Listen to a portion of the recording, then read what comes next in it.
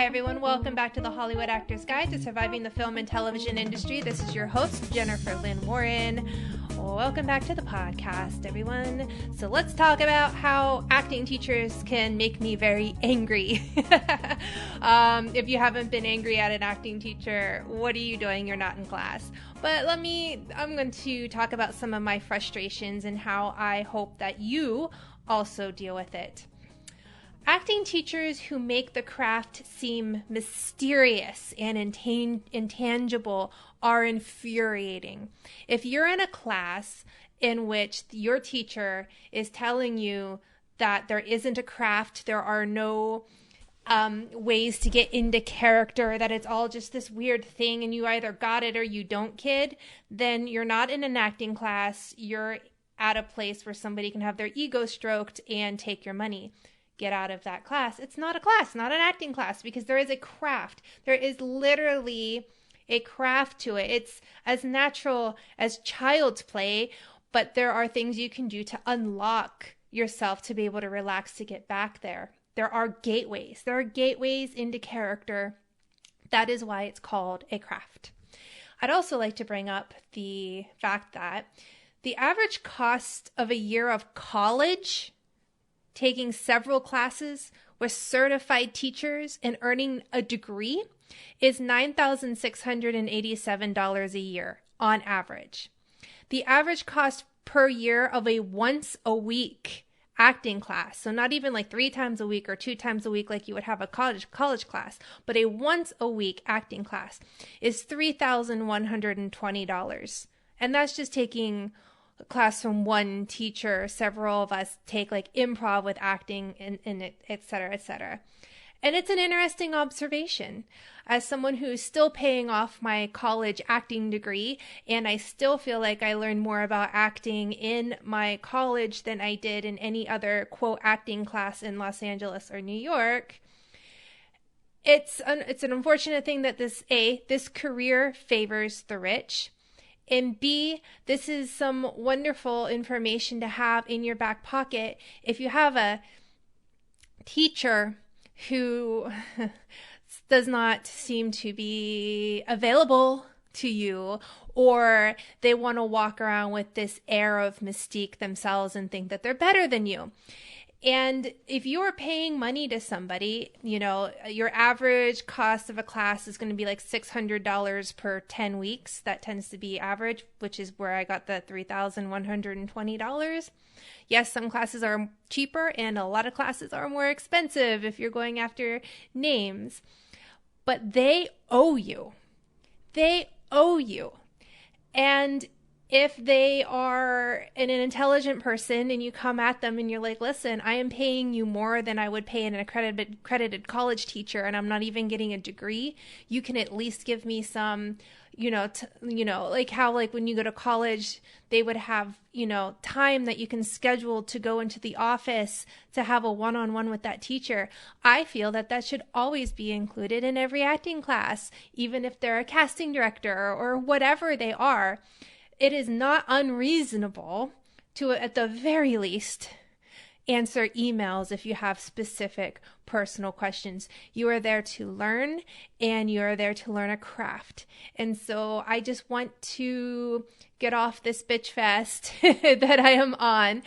But it's here to empower you, because so many of you are not walking in your power. You're walking around meekly. You're waiting for people to give you a chance, and you're not taking this industry by the throat and demanding from it what you are putting into it. So if you're putting in the money and you're putting in the time and you're doing everything right, see if maybe it's your own meekness of you not getting everything out of everything that you possibly can, that's not getting you to go further than maybe you should be at this moment.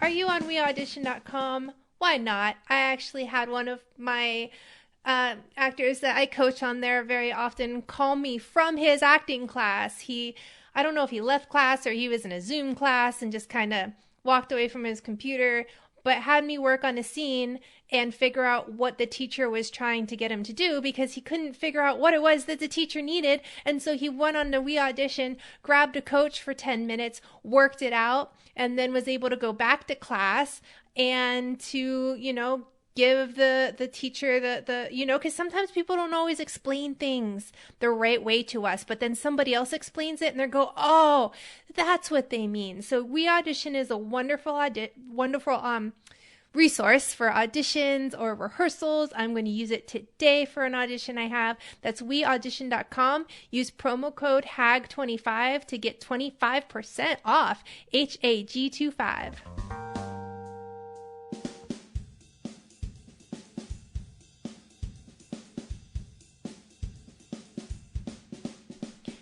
I realized a fun thing today. Well, I don't know if it's a fun thing, but I found it interesting that bad directors and bad actors tend to spend time on the exact same thing.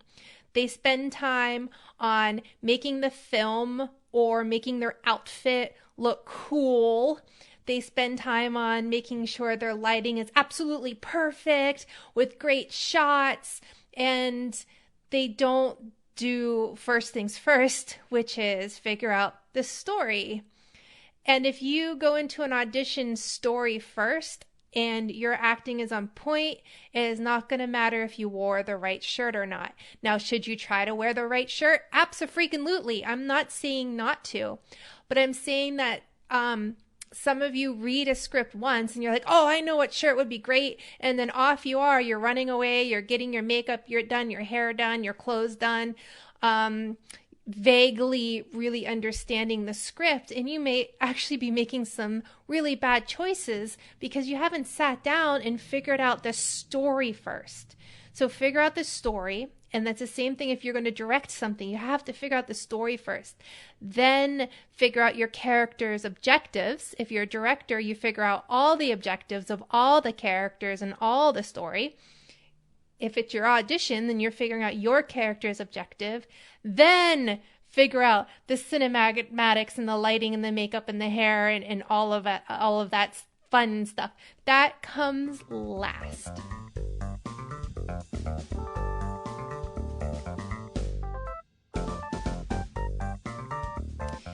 And finally, I think this is going to fall into place a lot more when you're doing classical theater, but we have been filming, we love to take Shakespeare and put a new twist on it, and Chekhov and Jane Austen, and, a lot of times when we're doing work, it can be an old classic that Hollywood is reviving. And so this is a bit niche, but I think it's important. And I think what the most important thing to realize is, especially because, you go back and watch old movies and not all of them hold up. Like if you watch Sofia Coppola's Lost in Translation, this seems to be a creepy reoccurring theme in her films. And so I'm not the biggest fan of hers as some people are. I find that her work is problematic. And that, Lost in Translation, you have an older man who's falling in love with like this 23-year-old woman.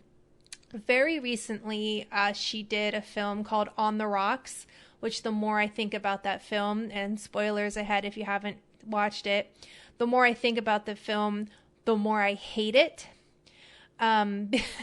Because it's about infidelity and the way it handles it, and about it, it's kind of like it treats gaslighting the opposite of like what women go through and people think they're crazy.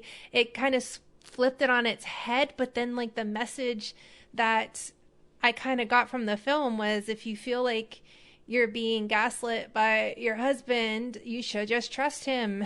And it was so weird, but I'm digressing. But what I want to point out is if we were to remake Lost in Translation or Shakespeare, or even a pilot that was written 5 years ago and is finally getting picked up and made today, even something that got written right before the pandemic, which wasn't that long ago in screenwriting years, The world is different. The Black Lives movement matter is strong. The Me Too movement is strong. There are a lot of things that are very awake and aware in today's culture and society. And so you need to realize that the emotional content that was part of a role that you may be playing when a writer first write it can be, and most often is, very different from the emotional content that's going to be brought to it in our present day and time. So I don't know how else to make that more clear. If you are writing a film that you think it's funny that everyone's sneezing all over each other, that would have played very different in 2018 than it does in 2020, when we're now all of us kind of germophobic and wearing masks and a little bit scared of all of that.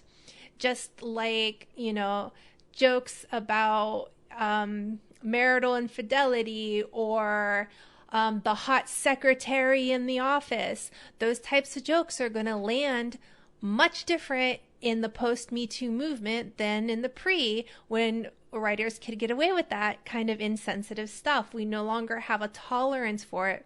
So when you're getting material, and if something seems a bit dated, whether it's you're doing a classic or maybe the pilot hasn't been, you know, developed for 2021, it's been developed for 2018, update it with your character's emotional responses. And if you're a trained actor, I bet you can do it. That's it. That's all I have for you this week. If you have any questions, you can email me at hollywoodactorsguide@gmail.com, and do all the thing that all the podcasts ask you to do. Rate and review us. It lets us know you're out there, because I don't pay for metrics. I have no idea how many people listen to my podcast, quite honestly. And so it lets me know that you're out there and you're listening. So break a leg out there, and remember, you are not alone.